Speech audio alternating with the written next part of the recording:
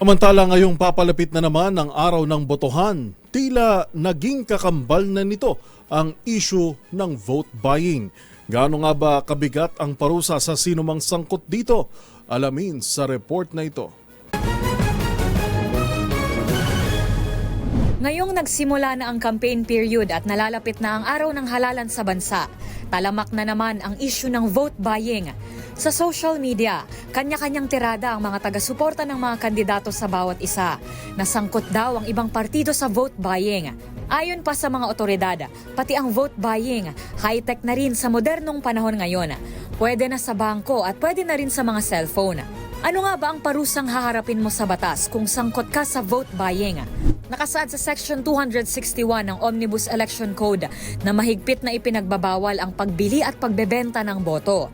Ang sinumang magbibigay, mag-aalok o mangangako ng pera o kahit na anong kabayaran kapalit ng pagboto o hindi pagboto sa isang kandidato ay papatawan ng pagkakakulong ng hindi bababa sa 1 taon hanggang 6 na taon.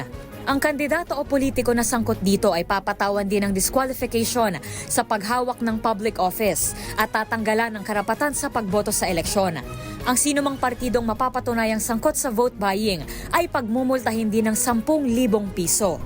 Kung mayroon pa kayong nahuling ipinagbabawal na akto o kaya naman ay mayroon kayong reklamo, itag nyo kami sa DZRH. Hoy! Bawal yan!